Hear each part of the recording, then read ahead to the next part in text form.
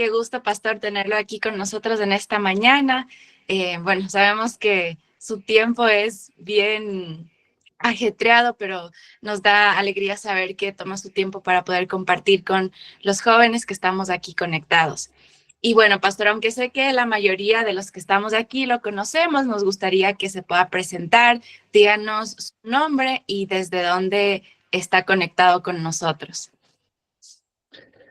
Bueno, muchas gracias, Yarden. Te agradezco mucho por la oportunidad, por el privilegio que me han dado ustedes de poder compartir con este bello grupo de jóvenes. La verdad, me siento muy honrado y aprecio la invitación y la oportunidad de estar con ustedes. En realidad, pues brevemente, tal vez un poquito de quién soy yo. Yo soy ecuatoriano, nací en Quito, tengo ya 46 años. Y pues el Señor me ha llevado a ahora trabajar en el ministerio de Zoom TV o Secrets and Seal en Fresno, California. Estoy ahora conectado, ahora mismo en realidad estoy conectado desde un lugar bastante apartado en Ecuador. Vine por 3 días, o bueno, no, perdón, 6 días en total. Salgo esta noche, de regreso para Fresno, pero pude venir y estoy conectado en un lugar tal vez algunos de ustedes conocen, es en el norte del país, en Imbabura, en San Jerónimo. Entonces, no fue, no fue realmente planificado de esta forma, pero Dios abrió el camino para poder venir por unos días acá a Ecuador y poder estar con ustedes es un honor y me siento un poquito más cerca de mi gente, de mi país, de mis paisanos, por decirlo así, ¿no? Por estar aquí con ustedes. Así que me alegro mucho y espero poder, pues, que en esta oportunidad, al estudiar juntos, podamos ser fortalecidos por la palabra del Señor. No sé si eso contesta tu pregunta, Jarden. Sí, sí, Pastor, muchas gracias. Y bueno, bienvenido nuevamente. Qué gusto saber que ha estado en el país y bueno, siempre recordar, me imagino, la comida, las personas, la cultura Oh, por es muy bonito. supuesto, por Bueno, también supuesto. quería ¿cómo fue que usted decidió dedicarse al ministerio o trabajar para el Señor? Porque muchas veces hay jóvenes que no sabemos cómo dar ese paso o pensamos que no tenemos dones, talentos. Entonces, nos gustaría saber cómo fue ese impulso, esa decisión que usted tomó. Bueno, para tal vez sería en una oportunidad quizás pueda dar un testimonio más completo, pero brevemente te puedo decir que uno cuando escucha quizás en mi experiencia, yo fui criado, gracias a Dios por haber tenido la oportunidad de ser criado por una madre, particularmente mi madre, muy temerosa de Dios, que siempre instruyó en nosotros, inculcó en nosotros el amor a Dios.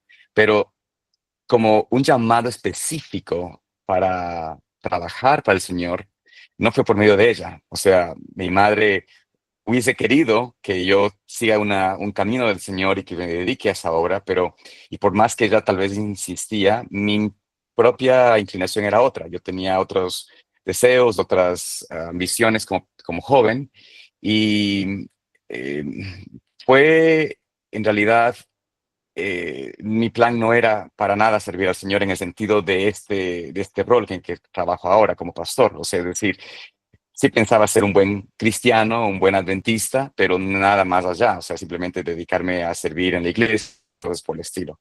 Nunca pensé en el rol ministerial o el rol de servir o dedicar mi vida a la obra de Dios. Pero pienso que esto es algo que cuando uno está buscando, sinceramente, eh, no sé, qué hacer en tu vida, Dios es el que te hace un llamado. Y el llamado muchas veces es algo que no puedes tú negar. O sea, es decir, cuando tú percibes la impresión del Espíritu Santo que te dice, mira, tú estás estudiando, qué sé yo, diseño gráfico o sistemas de redes de sistemas o algo por el estilo o cualquier otra cosa. Hay algo que el Señor te pone en el corazón que te dice, eso no es para ti. Yo te quiero en esta labor, en esta obra. En algunos casos puede ser ser maestro, ser educador, ser, no sé, misionero, viajar, ser médico misionero, no sé, puede ser algunos aspectos, pero en mi caso particular fue un llamado de Dios al trabajo pastoral. Y no era en realidad porque quería tener una iglesia o digamos, o me apelaba a ese trabajo, pero era realmente una impresión que recibí estando yo en realidad estaba en Honduras haciendo un trabajo de construcción como misionero, una área que fue devastada por un huracán. Y mientras estaba yo en ese trabajo de construir y manejar personas y todo esto, empecé a ver cómo la necesidad de estos lugares era de personas dedicadas a enseñar la palabra de Dios. Y empecé a realmente pedir a Dios, Señor, ¿qué es lo que quieres de mi vida? Y la impresión fue tan clara como un llamado audible.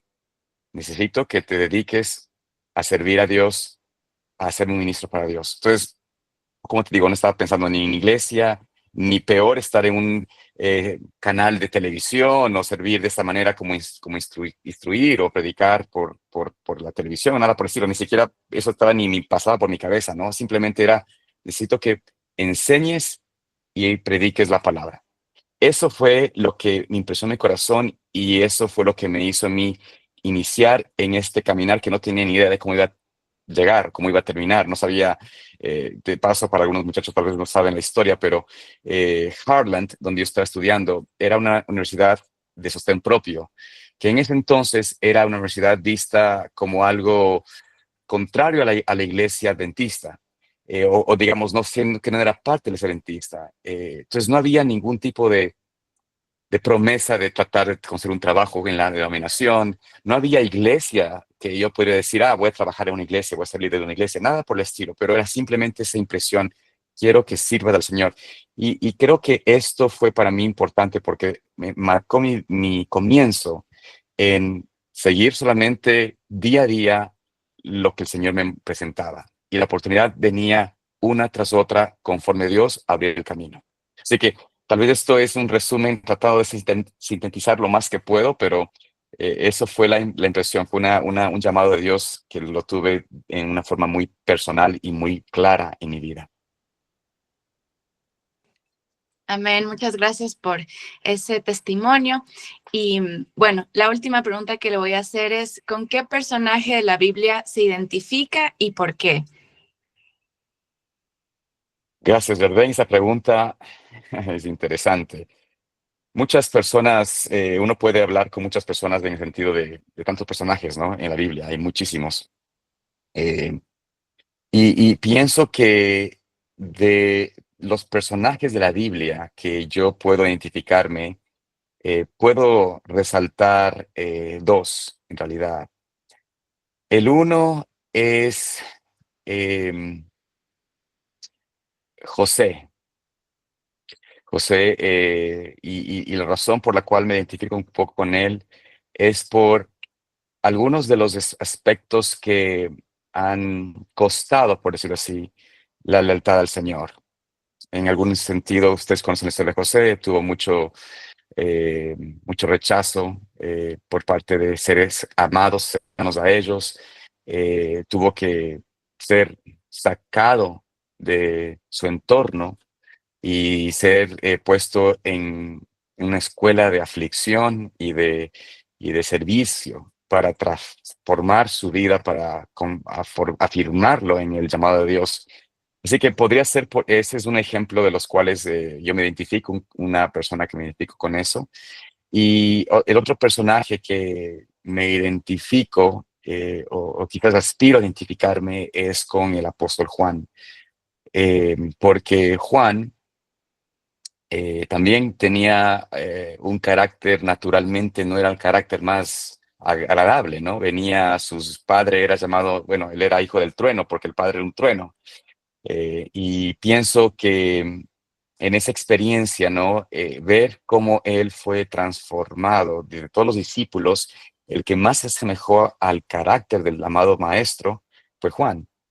Y pienso que eso me da para mí una motivación adicional de decir, Señor, si tú hiciste esa obra en Juan y él fue el apóstol del amor, el apóstol del ejemplo del cristianismo, de lo que significa el carácter de Cristo, cuánto yo quisiera ser igual. Así que esos quizás serían mis dos personajes fuera de Jesús, por supuesto, de los que podría yo identificarme o quiero identificarme en la Biblia. Amén, amén. Muchas gracias. Y bueno, pastor, después de esta introducción y conocerlo un poco más, el tiempo es todo suyo. Muy bien, muchas gracias. Apreciados jóvenes, agradezco nuevamente la invitación de Jardín y de los líderes de este bello grupo. La verdad que agradezco también el poder estar con ustedes en esta mañana y Dios provea de la conexión, aunque estamos un poco alejados de la ciudad, poder estar conectados también es una bendición. Así que espero que no falle y pidamos a Dios que pues pueda hacer esta una buena transmisión. Antes de abrir la palabra de Dios, yo sé que ya hemos orado, pero les invito nuevamente a que podamos inclinar rostros, que podamos para hacer una oración al Señor. Amoroso Padre Celestial, Señor, en esta mañana, qué hermoso poder venir a ti en oración y poder estar conectados por medio de este sistema y poder tener la oportunidad de escudriñar tu palabra, de poder sacar preciosas gemas que están inscritas en ella. Oh Señor, te pido de manera especial que puedas usarme, no como un hombre, sino como tú solamente tu siervo y tu instrumento, para que lo que pueda compartir con esta hermosa juventud, estos hermanos tan preciosos para ti, oh Dios, y tus hijos, pueda servirnos, pueda ayudarnos, pueda instruirnos en cómo podemos servirte mejor y cuál es el plan que tú tienes para nosotros. Luego, Dios, que al abrir tu palabra, tú seas quien nos hable y puedas tú, Señor, ser honrado en todas las cosas. Pido todo esto en el nombre de Jesús. Amén. Bueno, no sé si es posible, porque pues ya que es una estructura de compartir aquí que me pareció muy agradable, primera vez que estoy con una reunión de estas, y me refiero a los participantes que ustedes tienen, me gustaría saber si sería difícil que en las partes de la Biblia que vamos a leer, que alguien lea para como interactuar un poco mejor. ¿Es eso posible? ¿Sí es posible que ustedes puedan leer? Y yo, Claro, no sé, me hacen la levanta la mano. Perfecto, excelente. Bueno, problemas. entonces vamos a perfecto. Entonces vamos a comenzar. eh, Quisiera que vayamos al libro de Mateo, capítulo 18, ¿ok? Déjenme asegurarme de que no vaya yo accidentalmente a cerrar una de estas, eh, ¿cómo se dice esto? Pestañas y ser la que no es. Pero vamos al libro de Mateo y quisiera que alguien pudiera comenzar y vamos a leer aquí en esta mañana, comenzando en el versículo 21. Mateo 18, 21. Y como les digo, vamos a tener el libro de Mateo 18 abierto, así que el primer versículo, si podemos leer allí y comenzar el tema. David, por favor. Sí, dice, entonces se le acercó Pedro y le dijo, Señor, ¿cuántas veces perdonaré a mi hermano que peque contra mí? ¿Hasta 7 veces? Muy bien. Noten esta interesante pregunta y ustedes seguramente han dicho, bueno, pastor, esto he leído ya más de 1000 veces, ¿no? ¿Qué hay de nuevo en esto? Bueno, quiero hacer eco a lo que dice la sierva del Señor en cuanto a lo que estábamos leyendo y la lectura que teníamos al respecto. Dice lo siguiente en Palabras de Vida del Gran Maestro, la página 81, el párrafo 2. Dice, Cristo es la verdad, sus palabras son verdad y tienen un significado más profundo del que aparentan tener en la superficie. Todos los dichos de Cristo tienen un significado que sobrepuja su modesta apariencia. Las mentes avivadas por el Espíritu Santo discernirán el valor de esos dichos, hallarán las preciosas gemas de verdad, aun cuando sean tesoros escondidos. Quiero decirles que esta esta parábola que vamos a escuchar ahora, en respuesta a esta pregunta de Pedro, no es una parábola netamente acerca del perdón como hemos visto muchas veces, ¿no es cierto? Por supuesto, tiene eso como una connotación muy importante y en la superficie uno diría, esto es exactamente eso. Habla del perdón y de la manera como debemos perdonar. Pero vamos a tratar de, como les dije en esta mañana, y como dice la palabra inspirada, a mirar y profundizar un poco más, no solamente superficie. Y vamos a hacer hincapié a esto, ¿no? La pregunta que hace aquí el apóstol Pedro, es entonces solamente el discípulo Pedro, dice allí, Pedro, ¿cuántas veces perdonaré a mi hermano que pecare contra mí? Él dice, hasta 7. Ahora vamos a ir a la respuesta de Cristo y solamente quiero que ustedes, ¿quién me puede leer el versículo 22? ¿Qué es la respuesta de Cristo? ¿Cuál es el dicho de Cristo a esta pregunta del apóstol Pedro? Si alguien lo puede leer, versículo 22. Jesús les dijo, no te digo hasta 7, sino aún hasta 70 veces 7. Perfecto, muy bien. Aquí Cristo le dice a él, mira, yo no te digo que sea las 7 veces, sino 70 veces 7. 70 veces 7. Muy bien, en la superficie está diciendo Jesús, mira, tienes que perdonar a tu hermano cuando te pega contra ti, tienes que perdonar 70 veces 7. Y claro, en la vida práctica uno dice perdonar a mi hermano 490 veces, porque eso es lo que es 7 por 70. Uno podría decir, bueno, es bastante, ¿no? Y específicamente sobre el mismo pecado, o sea, o la misma ofensa que te hace, llevar cuenta es casi imposible, ¿no? Es ponerse a contar 70 veces 7 es un número muy grande, ¿no? Pero si bien es cierto, la primera impresión es esa, y Dios está haciendo simplemente Cristo está hablando acerca de un aspecto importante de que debemos no cesar en perdonar y no tenemos que pensar que perdonar 70 veces 7 es un número para seguirlo. En realidad, Cristo también presenta un principio al respecto. ¿Por qué Jesús no dijo, por ejemplo, mira, tienes que perdonarle infinitamente? O sea, ni te pongas a pensar en un número. ¿Por qué Jesús menciona 70 veces 7?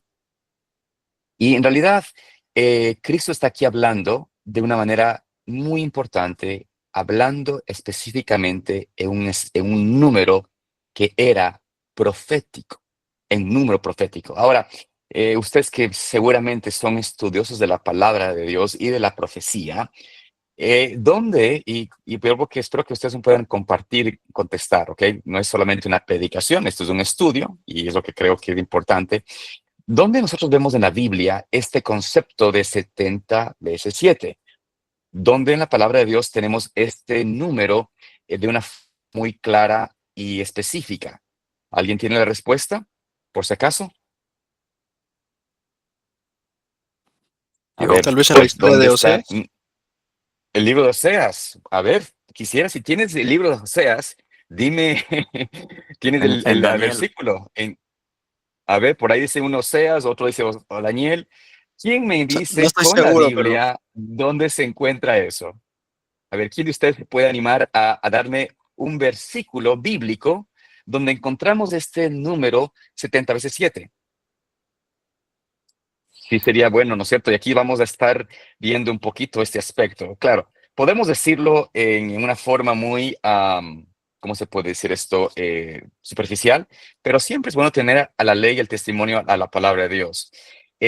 Si quieren saber específicamente, y quizás, como les digo, si es que alguien tiene otro pasaje en la palabra, podemos también leerlo, pero existe un principio, ¿no es cierto?, que tenemos allí en el libro de Daniel, en el capítulo 9 específicamente, y vamos a ver en el estudio, o mejor dicho, si vamos con un poquito de tiempo, vamos a ver que el Señor le dice a Daniel en el capítulo, a partir del versículo 21 en adelante, lo que viene Gabriel a decirle a Daniel. Y notamos allí en el versículo 24 de forma específica lo que habla el profeta, por decirlo así, digamos, el ángel Gabriel al profeta. Noten ustedes lo que dice allí.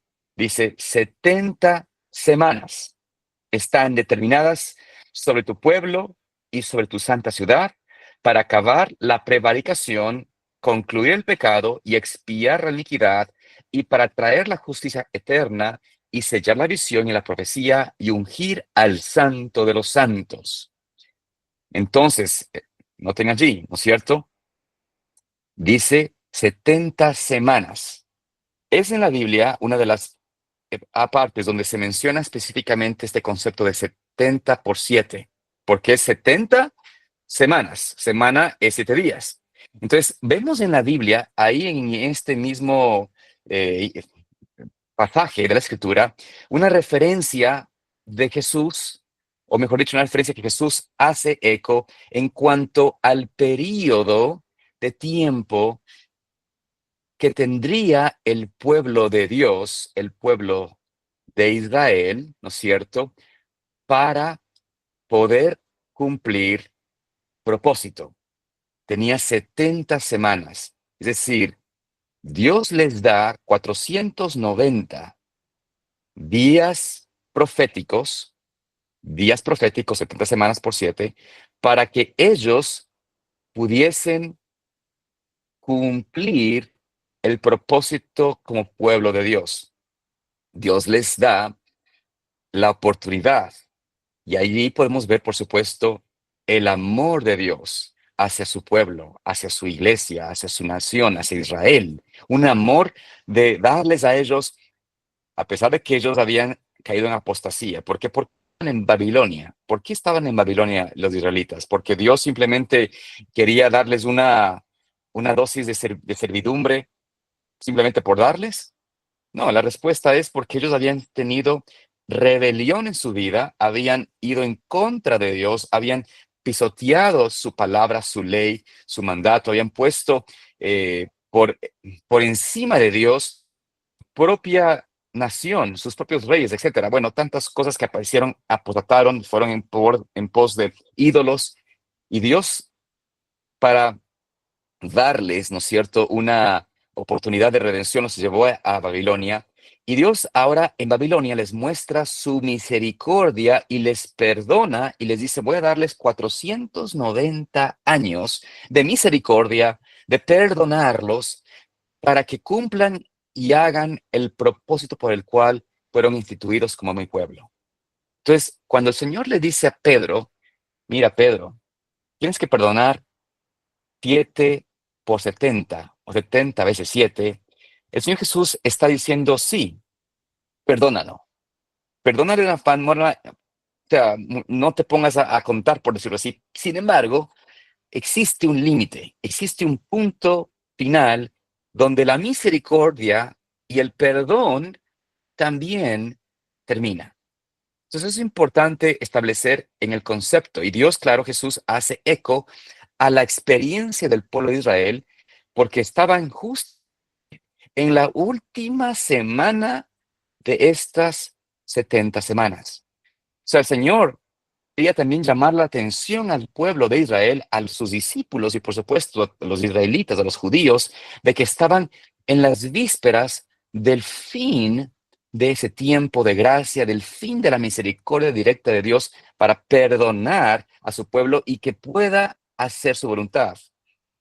Esto es una de las cosas más interesantes en cuanto a esto. Pero bueno, vamos a seguir estudiando porque no hemos ni siquiera comenzado en realidad. Y quiero pedirles, bueno, no sé si es que alcance dentro del tiempo a poder cubrir todo el estudio, así que, porque no tampoco quiero alargarme, no sé hasta qué horas tengo yo tiempo en esta mañana. Sé que ustedes todos tienen labores que hacer y están ocupados, pero trataré de concluir, pienso yo, alrededor de las 8:30, 8:40, como más tarde.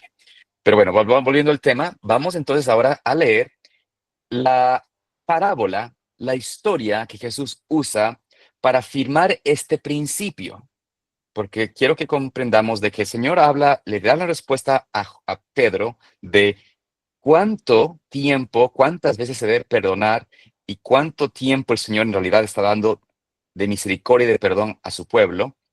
Pero luego el Señor hace una interesante parábola que va a afirmar y vamos a ver más profundo lo que esto encierra. Así que si alguien me puede leer, por favor, en el versículo 23 y 24. Mateo 18.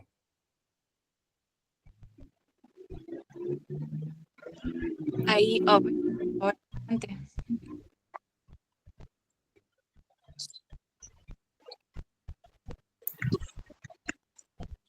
Buenos Sí, días. adelante, Obed. Ajá. Ok. Por lo cual el reino de los cielos es semejante a un rey que quiso hacer cuentas con sus siervos. Comenzando a hacer cuentas, le fue presentado uno que le debía 10,000 talentos. Muchas gracias.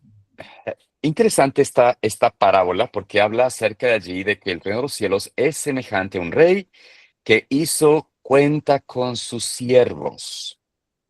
Y cuando empezó a hacer la cuenta, ¿qué es lo que encuentra en esa cuenta? ¿No es cierto? Empieza a hacer cuenta, le fue traído uno que le debía, ¿cuánto específicamente? ¿Cuántos Diez talentos? 10,000 10,000 talentos. talentos. Muy bien. No me voy a enfocar hoy por el tiempo en cuánto es esos 10,000 talentos, pero es una suma grandísima de dinero. Pero lo que quiero decirme es, ¿por qué el Señor usa el concepto de 10,000 talentos? Yo he escuchado temas al respecto y como les digo, uno ha leído esto varias veces y aún mismo yo he predicado de este capítulo. Y claro, cuando uno se eco de los 10,000 talentos, uno saca cuentas en números, lo que significa son 4,000 millones de dólares o creo que un poco más. Bueno, es una cuestión absurda de dinero, ¿no? Pero Jesucristo no dice cosas simplemente como por exagerar, decir, bueno, voy a dar uno que debía millones de millones. No.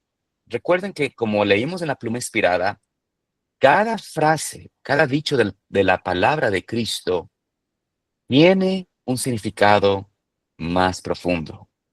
Y que quiero simplemente animarles a ustedes en esta mañana a que vayamos a ver por debajo de la superficie. Y vamos a hacernos esta pregunta. ¿Dónde más en la escritura se menciona 10,000 talentos? ¿Se han hecho esta pregunta? ¿Existe en algún lugar de la escritura este concepto de 10,000 talentos? Esta frase, 10,000 talentos. No sé si alguien tiene, tal vez ustedes pueden tener una computadora o pueden ver la frase rápidamente, ¿no? Pero vamos a ir tomando nota de esto. ¿Por qué el Señor habla de 10,000 talentos? ¿Por qué usó el ejemplo de alguien que le debía 10,000 talentos? Vamos a ver, y si alguien me puede decir en qué capítulo, en qué versículo se encuentra este mismo número de talentos, 10,000 talentos. ¿Alguien lo puede encontrar? ¿Quién se En anima Esther, a decirme? Muy bien, en joven. Esther. Léeme, por favor. ¿Qué versículo de Esther específicamente?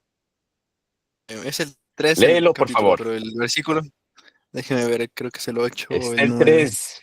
El 9, A el ver. 9, el 9. Muy bien, Ya léelo, por dice, favor. si place al rey, decrete que sean destruidos, y yo pesaré 10,000 talentos de plata a los que manejan la hacienda, para que sean traídos a los tesoros del rey. Muy bien. Noten allí que vemos una única parte en la escritura donde se menciona la frase 10,000 talentos. En este caso, 10,000 talentos de plata. Es la única parte en la escritura donde se escribe el mismo número, 10,000 talentos de plata. Bueno, para que veamos cómo esto está conectado, vamos a volver nuevamente a Mateo 18 y vamos a ver qué es lo que pasó con este personaje que debía 10,000 talentos. En el versículo 25 y 26 vamos a leer. ¿Qué pasó allí? De 18, 25, 26. Dice así, pero como no tenía con qué pagar, su amo ordenó que fueran vendidos él y su esposa y sus hijos y todas las cosas que tenía, y que se hiciera el pago. Por lo tanto, el esclavo cayó y se puso a rendirle homenaje, diciendo, ten paciencia conmigo y te lo pagaré todo. Amén. Muchas gracias. Vemos así entonces que la parábola, el rey hace cuentas de que un siervo le debe 10,000 talentos y entonces el rey le dice a él que tiene que pagar. Bueno, en realidad le dice, y leímos allí, ¿no es cierto? Que el rey ordena a que se venda a su familia, a sus hijos, que sean como siervos, como esclavos, y que vendan todas las cosas para poder pagarle el dinero que se le debe. Este es la primera parte de la parábola y vemos este concepto tan interesante. Ahora, vamos a tratar de ver un poco el concepto más profundo. Recordemos que nosotros teníamos en el libro de Daniel, el capítulo 9, vimos allí que el Señor le da, o el rey, que es Dios, Cristo, le da a Israel, a su siervo, 490 años para poder hacer su labor. Y en esta experiencia, en este periodo, vemos en el libro de Esther que había hay un paralelismo allí con algunos aspectos de lo que estamos viendo. Volviendo al libro de Esther, vemos en el capítulo 3, en el versículo 13 de ese mismo capítulo, vemos allí algo que también se describe similar en cuanto al pueblo judío. En este caso, había una autoridad civil que estaba haciendo una orden contra todos los judíos, es decir, con los hijos de Dios, el siervo de Dios. Noten allí que nos dice en Esther, así que vamos volviendo al capítulo 3 de Esther, versículo 13. ¿Pueden, por favor, leer alguien ese versículo? Esther 3:13. Amén. Dice, y fueron enviadas cartas por medio de los correos a todas las provincias del rey, para destruir y matar y exterminar a todos los judíos, jóvenes y ancianos, niños y mujeres, en un mismo día, en el día 13 del mes 12º, que es el mes de Adar, y para apoderarse de su despojo. Perfecto. Notamos entonces aquí, queridos jóvenes, que en este pasaje vemos una orden que es muy similar a la orden del rey en la parábola, ¿no es cierto? El rey en la parábola le dice al siervo que no podía pagarle, tú, tu esposa, tus hijos van a ser vendidos, van a ser puestos como esclavos. Y noten allí que también en este significado más profundo que estamos viendo en el libro de Esther, vamos a ver allí una interesante similitud de que hay un edicto real de destruir a todos los judíos, es decir, a Israel, incluyendo su esposo, sus hijos, todos deben ser destruidos, eliminarlos, exterminarlos.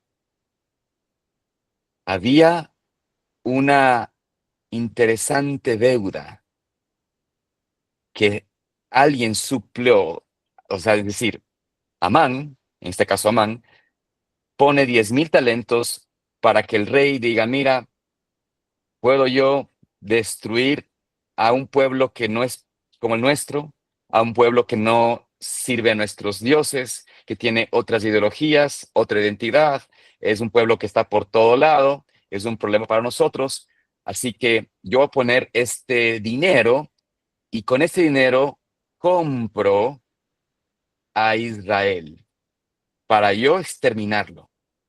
Israel, es decir, está en una deuda con el rey de 10,000 talentos. El rey, pues, dice, bien, me dieron 10,000 a mí como a los cofres del tesoro real, así que, Amán, tú como eres el colíder conmigo, el segundo en mandato de este reino, tú pues haz como bien te parezca, aquí está mi anillo o aquí sello, y la ley se establece de exterminar. ¿Por qué? Porque Israel le debía 10,000 talentos ahora, ya que Amán pone ese dinero y compra, o es decir, endeuda a Israel con el rey. Y están ahora ellos sujetos a exterminación. Entonces, no sé si ustedes están viendo la interesante conexión de esto. Ahora, ¿por qué les estoy hablando de este tema? Tal vez ustedes digan, ¿por qué, pastor? Bueno, porque en realidad el libro de Esther, queridos jóvenes, es el ensayo general del conflicto final o el conflicto de los siglos. ¿Qué quiero decir con esto? El libro de Esther, amados hermanos, no es simplemente una linda historia de lo que pasó en la antigüedad. El libro de Esther no solamente es un libro donde presenta la valentía de una mujer, la forma como Dios usó a esta dama, a Esther como reina, ¿no? En realidad el libro de Esther es un libro que tiene un paralelismo, es un ensayo tan específico con no solamente la experiencia que estamos viendo ahora mismo con Israel, pero también con el pueblo de Dios en la última parte del conflicto final. El libro de Esther es el libro, en mi opinión y humilde opinión, por excelencia, donde vamos a ver cosas tan claras de lo que está sucediendo y sucederá en el futuro. Pero es importante ver por qué también hablamos de este libro en la forma como el Señor Jesucristo va a nos estar afirmando la manera correcta de interpretación profética. Y por eso estoy haciendo todos estos pasos para que podamos tener una base muy clara y muy sólida. Bueno, volviendo a la historia, vamos a ver, ¿no es cierto?, que estamos leyendo, estamos viendo el paralelismo entre la historia de Jesús, la parábola de Cristo, con lo que estaba pasando con el pueblo de Israel en el tiempo de Esther. Estaban ellos ahora llevados a ser vendidos como esclavos, o mejor dicho, ser destruidos en un sentido aún más terrible, ¿no? En el caso del rey en la parábola, su esposa, sus hijos iban a ser vendidos como esclavos. En el caso de los judíos, en el tiempo de Jesús, en el tiempo, perdón, de Esther, ellos iban a ser destruidos. Ellos, sus hijas, sus esposos, sus abuelos, todos iban a ser destruidos. Israel endeudado con el rey en 10,000 talentos y no había forma de pagar esto, no había forma de cambiar esto, era imposible. Ahora bien, vamos a ver qué sucedió. Algo importante en el versículo 26 de Mateo 18. ¿Quién puede leer Mateo 18, 26? Amén. Entonces aquel siervo postrado le rogaba diciendo, Señor, ten paciencia conmigo y yo te lo pagaré todo. Amén. Gracias. Notamos aquí que el profeta, digamos, el siervo, se tiene que hacer ¿qué? ¿Qué tiene que hacer el siervo para apelar a su rey? Noten allí que el Señor Jesús dice que el siervo se postró, rogando, diciendo, Señor, ten paciencia conmigo. En realidad, aquí, no sé si es que ustedes tal vez tienen una otra versión de la Biblia, pero en una forma quizás más clara, la expresión aquí que menciona el versículo 26, que se postra y le rogaba, esa expresión en el griego tiene el mismo significado de postrarse y adorarle. La palabra rogar es una palabra que en el griego significa también adorarle. En otras palabras, este siervo del rey en Mateo 18 se postra, lo adora al rey y le dice, ten paciencia conmigo y yo te pagaré todo. Esto es decir, dar reverencia, dar homenaje, dar adoración, dar culto, rendirse en adoración ante alguien. Esa es la palabra griega prosekeini, que es la palabra que está aquí establecida en esta parte donde dice postrado le rogaba. Entonces, vemos de que no es simplemente postrarse, te ruego, Señor Rey, que me quite, sino que en realidad hay un sentido de reverencia, de adoración, de homenaje, de pagarle adoración al Rey. Y por supuesto, qué es lo que pasó en Esther. ¿Qué es lo que pasó en Esther en cuanto a esta experiencia? Estamos viendo de que para poder mover en el libro de Mateo 18, para poder mover a misericordia al rey en cuanto a esta deuda que era impagable, en el capítulo 18 de Mateo, vemos que el siervo tiene que adorarse, tiene que postrarse y adorar al rey, y el rey, entonces, el versículo 27, responde de qué manera.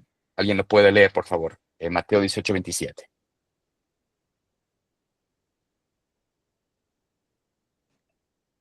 Enternecido por esto, el amo de aquel esclavo lo dejó ir libre y canceló su deuda. Muy bien, gracias, señorita. Vemos aquí entonces que notan allí que lo que hace la reacción, lo que hace posible que el rey sea movido a misericordia es el sentido de adoración, de suplicar, de adorar al rey para que él pueda ser movido a misericordia. Y aquí él hace y dice la palabra, le perdonó la deuda. ¿Qué pasaba con el pueblo de Israel en el tiempo de Esther? ¿Cómo fueron ellos?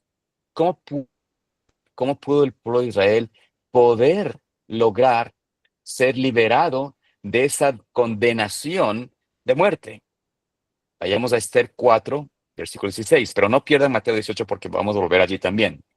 Pero vamos a Esther 4, versículo 16. Si me pueden, por favor, alguien leer allí. Versículo 16 dice, ve y reúne a todos los judíos que se hallan en Susa, y ayunad por mí, y no comáis ni bebáis en 3 días, noche y día. Yo también con mis doncellas ayunaré igualmente, y entonces entraré a ver al rey, aunque no sea conforme a la ley. Y si perezco, que perezca. Qué linda esta declaración de Esther, ¿no es cierto? Esther aquí como una reina que finalmente recibe la instrucción, o mejor dicho, se da cuenta de que no hay otra salida, que ella tiene que ir contrario a la ley y apelar a la misericordia del rey.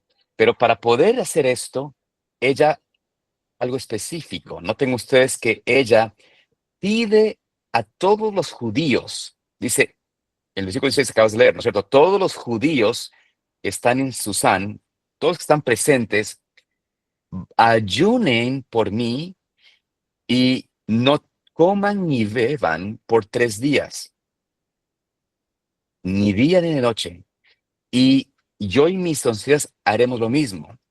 Este es un sentido de ayuno y oración. Estaban ellos, tuvieron que hacer adorar a Dios, rogar a Dios, clamar a Dios, postrarse ante el Señor, humillarse ante el Señor, ponerse de rodillas, no tomar alimento, no comer nada por 3 días para suplicar al Señor la intervención, para ser librados de la muerte, librados de este decreto de destrucción que fue pagado por 10,000 talentos de plata. Notamos aquí entonces nuevamente esta conexión interesante que el Esther nos presenta en relación a la unión o a la misma forma de cómo se halló misericordia. Fue a través de del postrarse, del humillarse, de adorar a Dios, de orar y rogar a Dios por liberación. Entonces, hasta aquí notamos una interesante forma como el paralelismo de la parábola está reflejada en la experiencia y la historia que se vio con el pueblo de Israel en el libro de Esther. Notamos nuevamente, solamente para recordar esto, el rey en la parábola, 10,000 talentos están de deuda del siervo, el rey ordena al siervo pagar, como no puede pagar, toda su familia es vendida como esclava, todas sus posesiones están tomadas, está básicamente llevado a la muerte o a la esclavitud. En el significado más profundo, vemos a un rey que también recibe 10,000 talentos como canje por Israel. Israel está endeudado, no puede pagar, no puede salir de esta situación en la cual ahora está involucrado y está ordenado a la destrucción, a la aniquilación de todos, hombres, mujeres, niños. Y sin embargo, Israel, para salir de este problema, tiene que postrarse ante el rey, al igual que el siervo se postra ante el rey. Pide misericordia, adoración a Dios, pide al rey misericordia para que puedan salir de esta situación. Entonces, ¿qué es lo que pasó en esta experiencia? ¿Qué es lo que sucedió con el pueblo de Israel en este desenlace tan terrible en el tiempo de Esther? Bueno, conocemos la historia, vamos a tratar de avanzar en esto brevemente. Vemos de que, al igual que en la parábola, el Señor interviene de manera poderosa, les perdona, por decir la deuda, y obra en favor de restaurar y librarles de condena que había sido emitida en contra de ellos. Ahora bien, quiero que vayamos, porque la parábola y el paralelismo no termina aquí. Vamos a ir avanzando con la parábola. ¿Qué sucedió con el consiervo, con la persona que fue, porque el dueño, digamos, el original, el siervo original en la parábola, el siervo original en la parábola, tenía una deuda gigante que pagar y pide misericordia, ruega a Dios, le perdona al rey la deuda. ¿Qué sucede con él ahora? ¿Qué sucede con su experiencia, con su vida? Vamos a ver, versículo 28 de Mateo 18. ¿Quién nos puede leer ese pasaje? Mateo 18, 28. Amén. Dice, pero saliendo aquel siervo halló a uno de sus consiervos que le debía 100 denarios, y haciendo de él le ahogaba diciendo, págame lo que me debes. Muy bien. Noten cuánto es lo que le debía el otro siervo. 100 denarios, ¿no? Creo que dice la palabra, dice 100 denarios. Entonces, este siervo que recibió este perdón gigante de parte de Dios, que recibió esta experiencia de haber sido pagado una deuda impagable, porque adoró al rey, porque se postró al rey, cuando sale de esta experiencia, ¿qué es lo que hace? No, pues ahora veo este consiervo mío que me debe una suma insignificante comparado a lo que yo debía, y toma la posición de tomar a este siervo. De hecho, podemos ver en el versículo, en el mismo versículo 28 que leímos, que lo cogió desde del cuello, del pescuezo, en algunos casos dice el cuello, lo agarra y le empieza a sacudir, págame lo que me debes. Es decir, empieza a maltratar, a abusar de este consiervo de él. Era un consiervo, era un consiervo de él mismo. No era que él era superior a el otro, no era que él era el jefe del otro, él era consiervo, eran consiervos. Quiero que pongan esto en atención porque esto es muy interesante. Pero ¿qué hizo este que fue perdonado? No, pues a este no le perdono yo, a estos que me debe 100, le voy a agarrar y le voy a ahorcar. Esto era algo interesante. El versículo 29, ¿qué es lo que sucede? Vamos a leer el versículo 29 y 30 del capítulo 18 de Mateo. ¿Qué sucede con este consiervo cuando no puede pagar, le debe 100? Si alguien me lo puede leer, 29 y 30. Dice, entonces su consiervo, postrándose a sus pies, le rogaba diciendo, ten paciencia conmigo, y yo te lo pagaré todo. Pero él no quiso, sino fue y le echó en la cárcel hasta que pagase la deuda. Muy bien. Quiero que ustedes noten algo interesante. Este consiervo la agarra, lo pone, lo sacude, le manda a la cárcel. Le manda a la cárcel. No quiso escuchar lo mismo que le hizo el otro. O sea, lo que hizo él al rey, la misma súplica de servicio, que se posa a sus pies, le dice, mira, yo te pido, te ruego, te suplico, quiero honrarte, quiero ayudarte, pero o sea, quiero servirte, por favor, dame un poco de paciencia, dame un poco de tiempo para poder, ¿no es cierto?, pagarte la deuda. No, no quiso escuchar y los llevó a la cárcel. Bueno, ¿qué es esto en realidad? ¿Qué estamos aquí viendo? Recuerden que la parábola comenzó, la respuesta de la parábola de Jesús que estábamos leyendo, Mateo 18, es una respuesta más amplia a la pregunta de Pedro: ¿cuánto debo perdonar? Jesús le dice 490 veces. Esto es una connotación, una conexión al tiempo profético que tenía Israel como nación, como siervo de Dios. Quiero que pongan esto en mente. Vamos ahora a ver algo interesante. El Señor le dio a Israel 490 años. Israel debía 10,000 talentos. En realidad, literalmente, estuvo endeudado con el rey Asuero 10,000 talentos. O sea, literalmente hubo esta conexión que acabamos de mostrar en el libro de Esther, entre el rey, el decreto de Amán, cómo compró a Israel por esos 10,000 talentos y estaba ahora sujeto a destrucción. Entendimos que Esther oró, rogó, pidió a favor de Dios, y Dios intervino y les liberó de ese decreto de muerte. Sin embargo, Israel, que fue favorecida por el Señor de una forma inmensurable, ¿qué es lo que hizo Israel, el pueblo de Dios, con el consiervo que fue estableciéndose por los que seguían a Cristo? Estaban llegando al tiempo final, estaban llegando al final de los 490 años.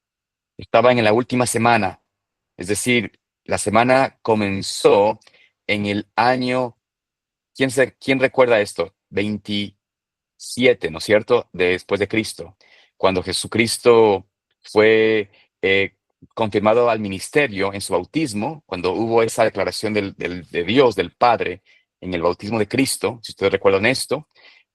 Vemos que en ese momento el Señor fue ungido por el Espíritu Santo, fue puesto en evidencia que su ministerio comenzaba. Esto fue en el año 27 después de Cristo. Esto quiere decir que los 483 años proféticos, y tal vez, no sé, bueno, no sé cómo compartir, pero en algún momento debo darles una diapositiva para que sea más fácil ver esto, pero cuando tenemos este parámetro de las 70 semanas, vemos que la última semana comienza allí, en el 27 después de Cristo. Vemos entonces que comienza un ministerio, comienza una obra de un trabajo paralelo a la iglesia, al pueblo judío, que era pueblo de Dios. El Señor Jesucristo vino para ellos, vino a los suyos, dice la palabra, mas los suyos, ¿qué hicieron? No le recibieron. El siervo de Cristo, el siervo de Dios, Israel, el siervo que le debía al Señor todo, le debía más de 10,000 talentos, que le debía toda su existencia, que había sido dado de toda misericordia, toda bondad, de todo atributo posible para el pueblo de Dios, para la raza humana. El pueblo de Israel, que tras año fue dado de evidencia del amor, de la misericordia de Dios, cuando ven que se surge un consiervo, y el ejemplo del consiervo es Cristo, ¿qué hace? ¿Qué hace esta nación de Israel con Cristo y con sus consiervos, con Cristo y lo que es la iglesia cristiana? Si vamos al libro de Hechos, capítulo 7, ¿no es cierto? Bueno, en realidad, el capítulo 8, quiero que ustedes lean el versículo 3. Solamente vamos a leer ahí Hechos 8:3. Tal vez es mucho que podemos decir de Hechos, pero Hechos 8:3 habla de Saulo, que fue aquel que estuvo justamente en el apedreamiento de Esteban. Pero noten cómo Saulo, ¿qué es lo que hacía Saulo? ¿Qué es lo que hacía Saulo? Los cristianos, con los consiervos del pueblo de Israel, con los consiervos del siervo de Cristo, que era Israel. ¿Qué hicieron ellos con ellos? ¿Quién puede leerme allí? Hechos 8:3. Y Saulo asolaba la iglesia, entrando de casa en casa y arrastrando hombres y mujeres, los entregaba en la cárcel. ¿Recuerdan ustedes en la parábola cómo el rey le perdona al siervo los 10,000 talentos? El siervo sale de allí, mira a uno que le debe 100 piezas de plata, 100 denarios, y estos, al ver que no puede pagarle, lo envía a la prisión. ¿Qué hizo Israel? Fue perdonado por el rey por sus más de 10,000 talentos, o 10,000 talentos literalmente en el libro de Esther. Pero aparte de esto, Israel es recibido por parte de Dios sus bendiciones, y en vez de ellos obrar con misericordia con sus consiervos, los cristianos, con el pueblo de Dios, con los cristianos, con la iglesia primitiva, ¿qué hacen ellos? Los mandan a la cárcel, los destruyendo, los quieren llevar a la prisión, los ponen en prisión, los impresionan, los ponen en cárceles. Así que estamos viendo aquí qué interesante ver cómo el consiervo es afligido por el siervo. No sé si están viendo el paralelismo muy interesante de este libro, ¿no? Israel, que es siervo de Dios, impresiona o lleva a la cárcel, persigue y maltrata a sus consiervos, que es el pueblo que sigue a Cristo. El pueblo que sigue a Cristo. Esta es una de las cosas que es tan interesante ver, que presenta aquí la palabra de Dios una relación muy interesante al respecto. Notamos también que cuando el Señor le hace eco, cuando escucha la historia, vamos al versículo 31 de Mateo 18, vemos allí en el versículo 31 que los consiervos hablan con el rey de lo que está pasando. Los consiervos son los que determinan, los que miran, los que observan, los que están observando todas las cosas, y son los que le dicen al rey la forma como este siervo, este hijo o siervo de él, había abusado de un consiervo. Podemos leer, y puede leer allí el versículo 31 y 32. Viendo sus consiervos lo que pasaba, se entristecieron mucho y fueron y refirieron a su señor todo lo que había pasado. Entonces, llamándolo su señor, le dijo: Siervo malvado, toda aquella deuda te perdoné. Porque me rogaste. Gracias. Y también, por favor, el 33. ¿No debías tú también tener misericordia de tu consiervo, como yo lo tuve misericordia de ti? Tiene algo interesante en esta parábola. Aquí el Señor está hablándoles a los discípulos, les está mostrando y les dice este ejemplo, y aquí dice, cuando finalmente los que observan, los que están allí viendo todo el desenlace, ven el perdón, ven la misericordia del rey hacia este hombre que pide misericordia. Ven ahora cómo este sale de la presencia del rey, y en vez de extender misericordia, mira a un consiervo, y a este consiervo maltrata, abusa y lo lleva a la prisión. Estos observadores van delante del rey y le cuentan las cosas. Le dicen, esto es lo que sucedió. Entonces el rey llama, y voy a decir, vamos a poner las cosas en claro. Vuelve, le dice a este siervo que perdonó él, le dice: ¿por qué tú actuaste de esa forma inicua? ¿Por qué tú eres un siervo malvado? ¿Por qué tú fuiste movido a misericordia? ¿Por qué no hiciste las cosas que se te pidió a ti hacer? Porque fuiste perdonado en una forma infinita. Tú recibiste todos los dones posibles de mi parte, y tú, en vez de tratar con amor, con misericordia, con compasión a los consiervos tuyos, ¿actuaste de esta manera? El enlace final de esta parábola es, noten lo que dice el versículo 34. Versículo 34 dice, o alguien lo puede leer, por favor.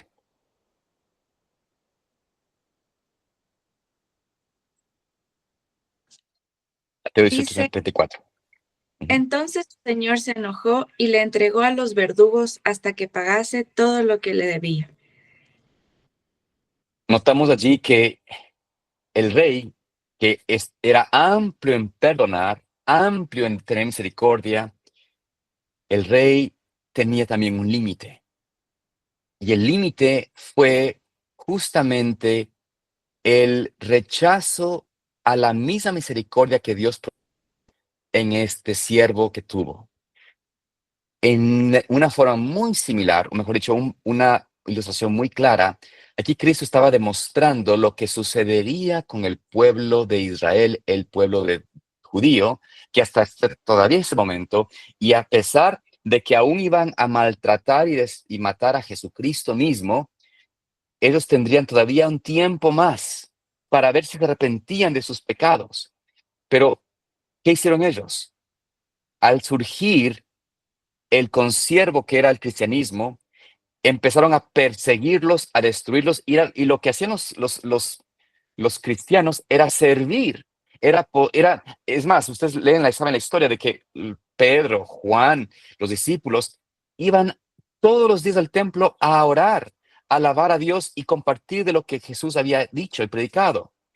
Y es más, sanaban enfermos, hacían el bien. Jamás quisieron ni por su cabeza pensaban en salirse del sistema de adoración que Dios había dado a Israel. Es decir, ellos no pensaban hacer, por decirlo así, unas sinagogas apartes. No, ellos querían ser parte del pueblo de Israel y simplemente dar la verdad de lo que el Señor había hecho por ellos.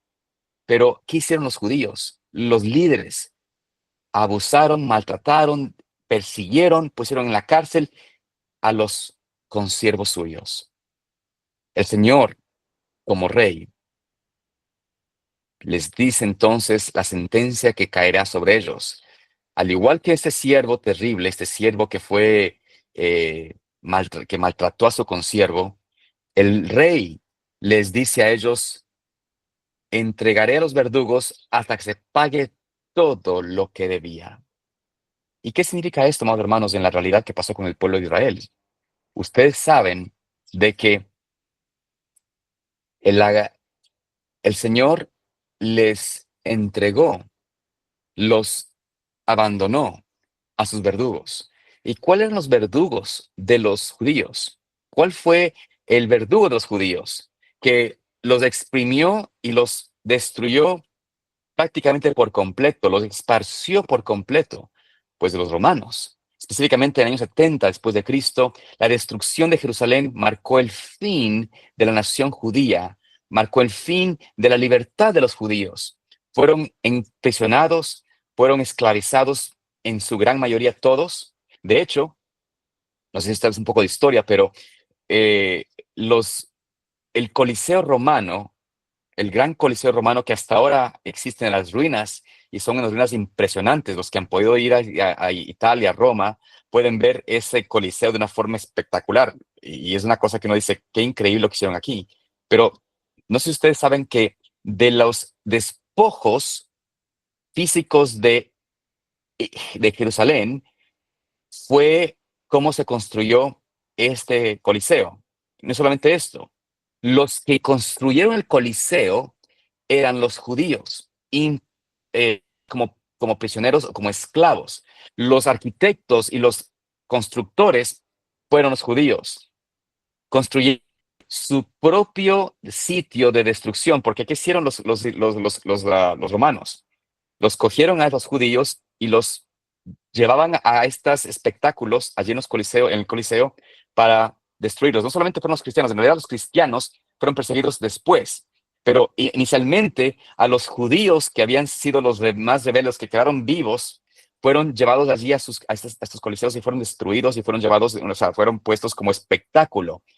Es decir, la palabra de Dios, la parábola de Dios, Mateo 18, se cumplió completamente en el Israel literal, que fue el siervo de Dios, pero porque este siervo de Dios no obró correctamente, no hizo lo justo con lo que Dios les había dado, no se arrepintió de su acto, no siguió en el camino de la verdad, de la misericordia y de la rectitud y el amor a la ley de Dios, sino que transgredió abusando primero a Cristo mismo, y de hecho hay una connotación interesante. Ustedes recuerdan que el que le debía al siervo en la parábola, el consiervo que le debía al siervo era solamente 100 piezas de plata.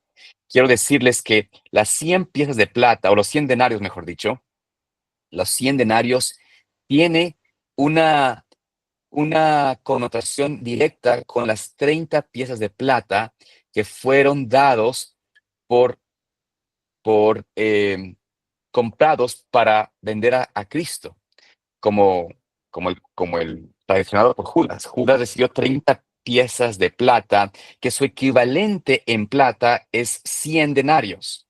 De hecho, es algo que realmente es, bueno, no tengo el tiempo ahora para compartir esto, porque 100 denarios es 3.9 gramos de plata. Quiero que entiendan esto. 3.9 gramos de plata es 100 denarios.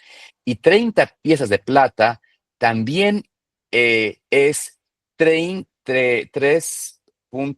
30, a ver, quiero aclarar esto bien. 100 denarios equivale a 390 gramos de plata, perdón, es un denario, tiene el peso de 309 gramos de plata, 100 denarios, 390 gramos de plata. Eso era lo que es el balance. 100 denarios, total, es 390 gramos de plata. 30 piezas de plata, y se confirmó esto con el descubrimiento de las monedas que se usaban en el templo, porque las monedas que se le pagó a Judas, las 30 piezas de plata eran monedas del templo, porque los sacerdotes le entregaron ese dinero a Judas, y por eso Judas, cuando se arrepiente, bueno, no se arrepiente, sino que el remordimiento le carcomía, fue y despoja esas monedas en el templo, porque eran monedas del templo. Estas 30 piezas de plata que se le entrega a Judas, en el equivalente de peso es igual a 390 gramos de plata. Es decir, 100 denarios de la parábola, Jesús estaba hablando del mismo valor o el mismo total de gramos de lo que él mismo tendría que, o lo que pagaron por él para destruir, entre otras comillas, al cristianismo, al consiervo de los judíos. Así que esta interesante conexión, este interesante estudio nos presenta algo muy hermoso, y estamos, como les digo, apenas en la misma superficie, apenas estamos comenzando apenas a investigar algo del libro de Esther, pero quiero mostrarles, o quisiera pues simplemente tratar de animarles a que cuando leamos la palabra de Dios, cuando vamos a las parábolas de Cristo, cuando vamos a la experiencia de la palabra de Dios, hay mucho más que podemos estudiar y aprender buscando más allá de la superficie. El libro de Mateo 18, en realidad, valida la autenticidad de la historia del libro de Esther, porque predice la caída de Jerusalén, predice el precio de la traición de Jesús. También destripa este concepto del futurismo o del preterismo, y más bien muestra y sostiene que cuando uno estudia la Biblia, y este es el concepto del historicismo, cuando uno estudia la palabra profética, la Biblia y las historias de la palabra profética, y lo hace a la luz del historicismo, hace eco claramente en el libro de Esther, en el libro de Daniel, como la interpretación verdadera de las 70 semanas de Daniel 9. Mateo 18 afirma que 490 años sobre Israel era el límite que Dios dio a este siervo suyo que fue Israel. Así que, para resumir lo que hemos visto hasta aquí, y bueno, y poder concluir también hoy, que quizás me pase un poquito de los minutos, pero brevemente, para resumir, vemos que Mateo 18 no es solamente hablando del perdón, está hablando en realidad mucho más profundo, es la historia de Israel como siervo de Dios. Como siervo de Dios, Israel tuvo 490 años de misericordia, pero no lo hizo. Como siervo de Dios, Israel fue vendido por 10,000 talentos y estuvo a punto de ser destruido, pero por la intervención, por la actividad de adoración, de rogar a Dios, de honrar al Señor, Dios interviene y perdona esa deuda, les da una salida sobrehumana a esa destrucción inminente. Y también vemos que el siervo que mira a su consiervo, en vez de actuar con misericordia, en vez de mostrar la misma carácter del rey, en realidad refleja el carácter de Lucifer y quiere destruir a su consiervo. Un consiervo que había sido puesto por 100 piezas o 100 denarios o 30 piezas de plata. Vemos aquí que el cristianismo fue abusado por el pueblo judío. El cristianismo fue abusado por el que había de recibir y de ser más misericordioso. Y fueron puestos en cárceles, fueron llevados hasta a persecución, simplemente porque ellos servían y tenían la deuda de haber recibido a Cristo, haber sido el pueblo o el movimiento que Cristo establece para servir justamente a la nación judía y al mundo entero. Cristo les envió a trabajar en Jerusalén primero, luego en Judea, en Samaria y después la tierra.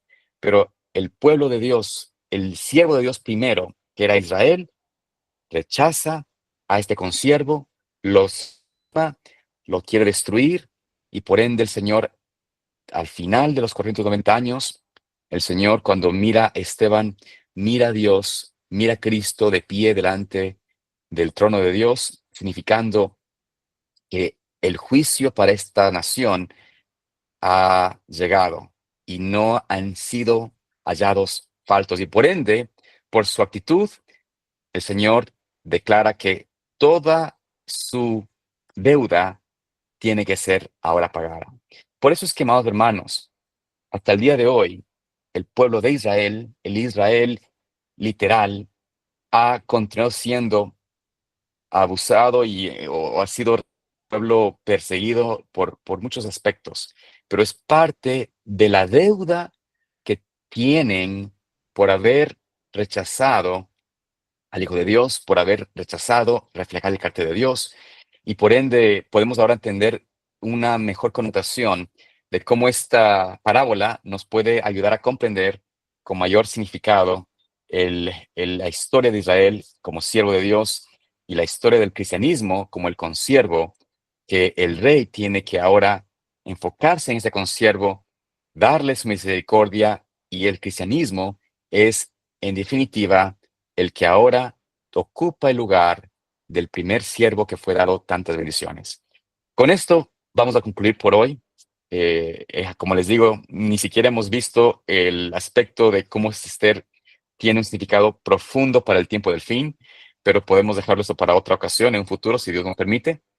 Pero quisiera, pues con esto, ayudarles a animarles, ¿no? A que podamos ver y escudriñar la Escritura, volver a la palabra de Dios, a recordar de que el Señor nos ha dado esta hermosa Biblia para no solamente darle una ojeada, pero en realidad escudriñarla con mucho amor, con mucha dedicación, y pidiendo al Señor que nos pueda ayudar a discernir estas gemas de la verdad que se están aparentemente escondidas, pero a través del Espíritu Santo podemos discernirlas.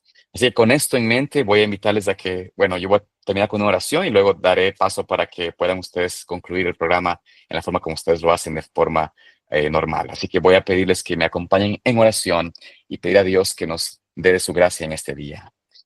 Amoroso Padre Celestial, Señor, en esta hora te agradecemos infinitamente por tu palabra, por la manera como tú nos puedes enseñar, nos puedes ayudar a descubrir y conectar tantas cosas en la Biblia que nos presenta una hermosa ilustración del plan tuyo y de la forma como tú obras en favor de tu pueblo, en favor de tus hijos. Señor, vemos también tu misericordia, con cuánto amor tú tienes y obraste por el pueblo judío, por tu siervo que habías escogido, que habías elegido como tu mayor don en la tierra. Sin embargo, vemos también que tú en la parábola presentaste el fin de ese consiervo, el fin de ese siervo, mejor dicho, que abusó de de otros, que no reflejó la misericordia, el carácter tuyo, y fue cortado y entregado a la destrucción por cuanto rechazaron este hermoso evangelio. Y señores, es una verdadera advertencia también para hoy, para el pueblo de Israel moderno, para el pueblo que se supone debe ser el pueblo final en el tiempo del fin. Si nosotros no somos hallados reflejando tu carácter, al igual que pasó con Israel antiguo, tú, Señor, tendrás que darnos de la misma resultado, de la misma forma, entregados a nuestra destrucción, porque en vez de aceptar los dones preciosos de hoy, de reflejar tu amor, tu carácter, de ser semejante a ti, a veces nosotros actuamos con la misma dureza con otros, con la misma ah, justicia propia con otros, y en vez de mostrar amor y misericordia, abusamos y hablamos de una forma injusta con los demás. Señor, permite que nadie aquí presente, que esté conectado, haga esto en su vida, que pueda hoy consagrarse a ti, oh Señor, y que tú puedas obrar entre nosotros, querer como el hacer por tu divina voluntad. Acompáñanos, oh Dios, en este comienzo de semana, que podamos por tu gracia tener victoria en nuestras vidas y que podamos por tu gracia también escudriñar tu palabra de tal manera que encontremos hermosas gemas allí escondidas. Pido todo esto en el nombre precioso de Jesús. Amén.